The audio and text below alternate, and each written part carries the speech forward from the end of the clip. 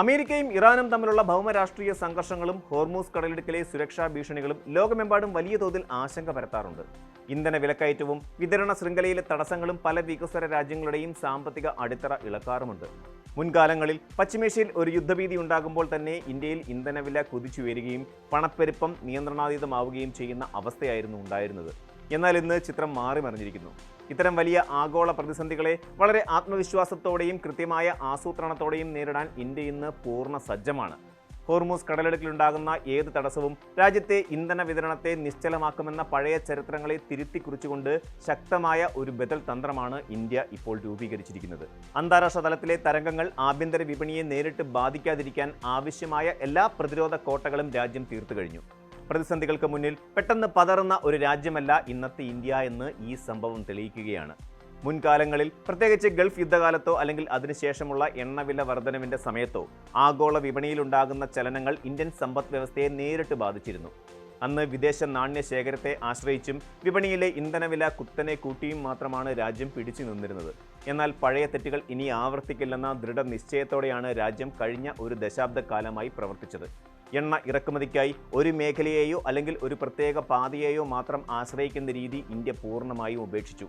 Hormuz കടലിടുക്കിലെ തടസ്സങ്ങൾ മുൻകൂട്ടി കണ്ട് മറ്റ് സുരക്ഷിതമായ പാതകളിലൂടെയുള്ള എണ്ണ ഇറക്കുമതി ഇന്ത്യ ഗണ്യമായി വർദ്ധിപ്പിച്ചു. മുൻപ് 55% ഇത്തരം ബദൽ മാർഗങ്ങളിലൂടെയുള്ള ഇറക്കുമതി പ്രതിസന്ധി ഘട്ടത്തിൽ പെട്ടെന്ന് തന്നെ 70% ഉയർത്താൻ ഇന്ത്യക്ക് സാധിച്ചു.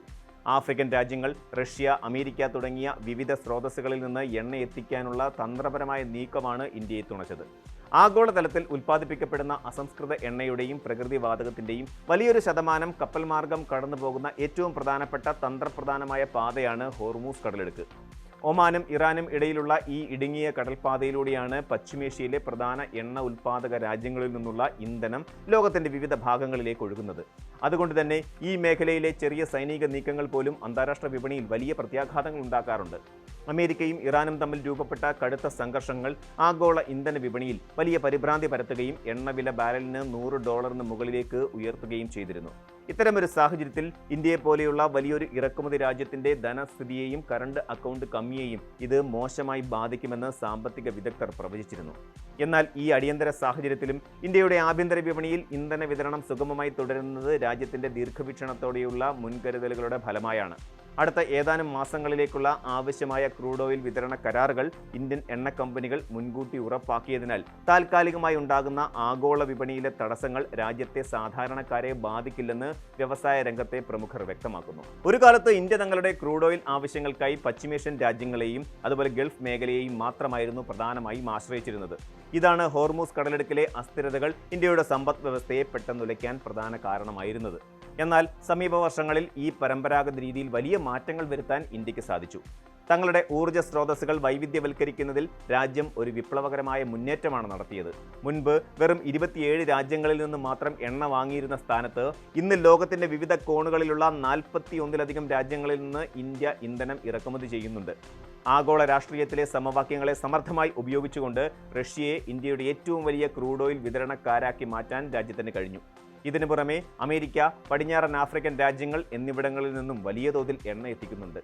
മുൻപ് ഇന്ത്യയുടെ മൊത്തം എണ്ണ ഇറക്കുമതിയുടെ പകുതിയോളം ഹോർമൂസ് കടലിടുക്ക് വഴിയാണ് വന്നിരുന്നതെങ്കിൽ പുതിയ അടിയന്തര പ്രതിരോധ തന്ത്രത്തിന്റെ ഭാഗമായി ഇത് 30 മുതൽ 40% കുറയ്ക്കാൻ ഇന്ത്യക്ക് സാധിച്ചു. ഗതാഗത റൂട്ടുകളിൽ മാറ്റം വരുത്തിക്കൊണ്ട് ഹോർമൂസ് കടലിടുക്കിനെ പൂർണ്ണമായും ആശ്രയിക്കുന്നത് ഒഴിവാക്കാൻ കഴിഞ്ഞത് രാജ്യത്തിന് വലിയൊരു സുരക്ഷാ കവചമാണ് നൽകുന്നത്.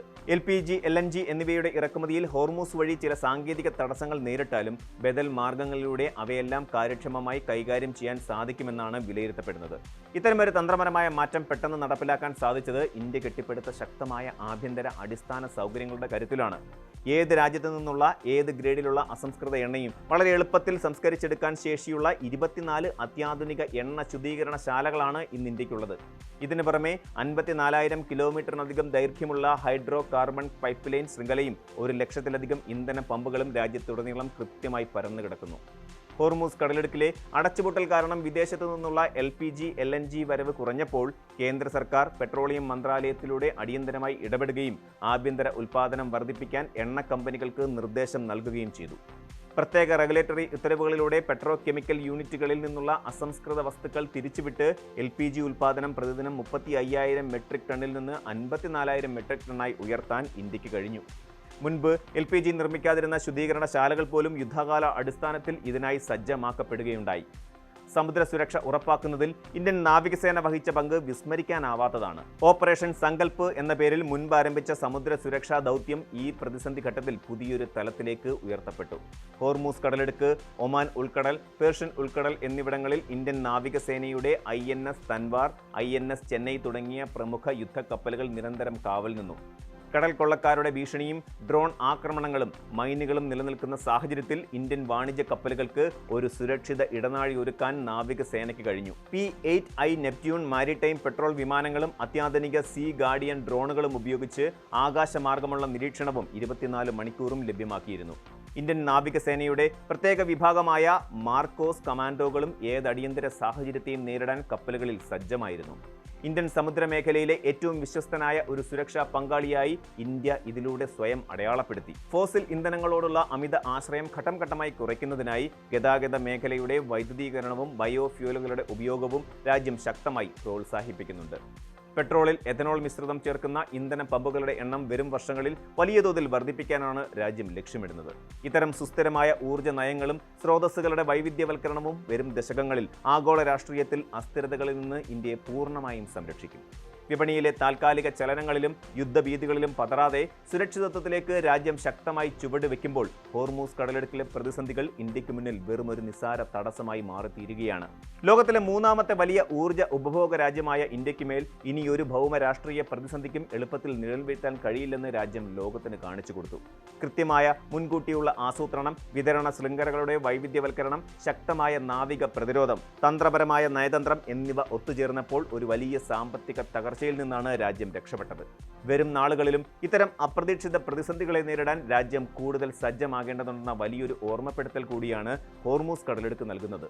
സുരക്ഷിതമായ ഊർജ്ജ സ്രോതസ്സുകളിലേക്കും ആഭ്യന്തര സ്വയം പര്യാപ്തതയിലേക്കും രാജ്യം നടത്തുന്ന പ്രയാണം വരും തലമുറകളുടെ സുരക്ഷിതത്വം ഉറപ്പാക്കുന്ന ഒരു കാര്യം തന്നെയാണ്. കൂടുതൽ വാർത്തകൾക്ക് News 18 Keralam YouTube channel subscribe ചെയ്യുക.